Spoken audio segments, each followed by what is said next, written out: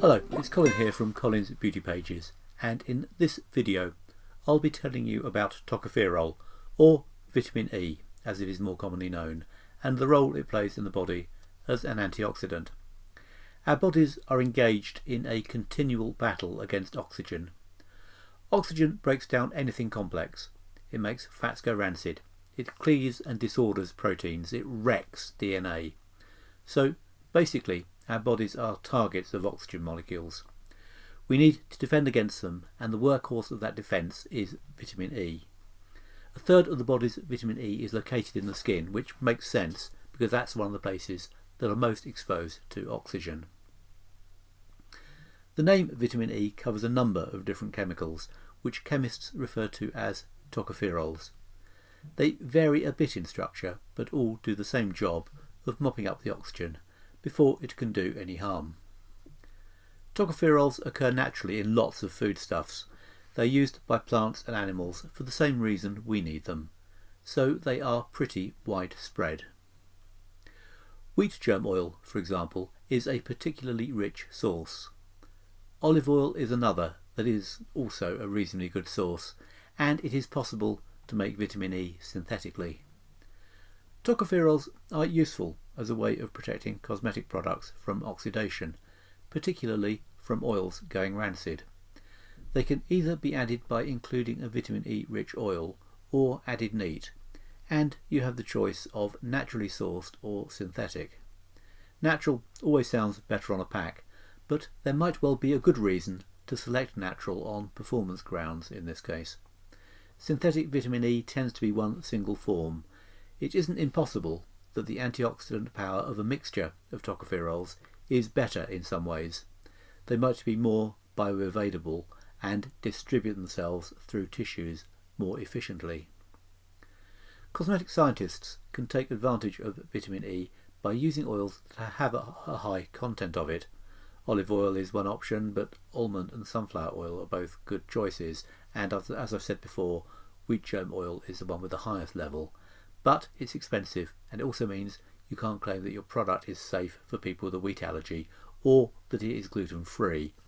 Whether any gluten is actually carried over into a cosmetic product containing wheat germ is rather doubtful, but people who suffer from gluten intolerance are unlikely to want to take the risk. It is easier to simply add vitamin E.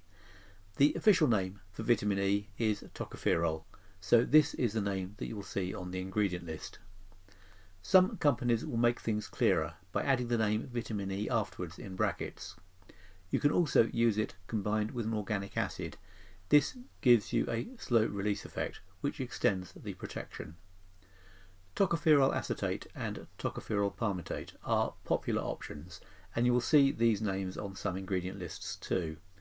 If you really want to take this approach to its logical conclusion, you should use a mixture of tocopherol itself and a couple of different derivatives to ensure that you have the longest lasting protection. That way you'll always have some fresh tocopherol around to cope with the oxygen. The benefits to the formulation itself can be seen in the results of stability tests. Including vitamin E does make things last longer. In fact, it doesn't work quite as well as completely synthetic antioxidants like BHT and BHA, but it certainly does work. Do the benefits carry over into the skin and help the end user stave off the effects of time? It doesn't seem too unreasonable to believe that it might. The antioxidant effect is real enough. Recent work has shown some tocopherols having an anti-cancer effect in the laboratory, and this is pretty consistent with the notion that their antioxidant properties do indeed protect DNA from damage. And, as I pointed out earlier, the body itself deploys vitamin E in the skin, which is suggestive that it does do some good.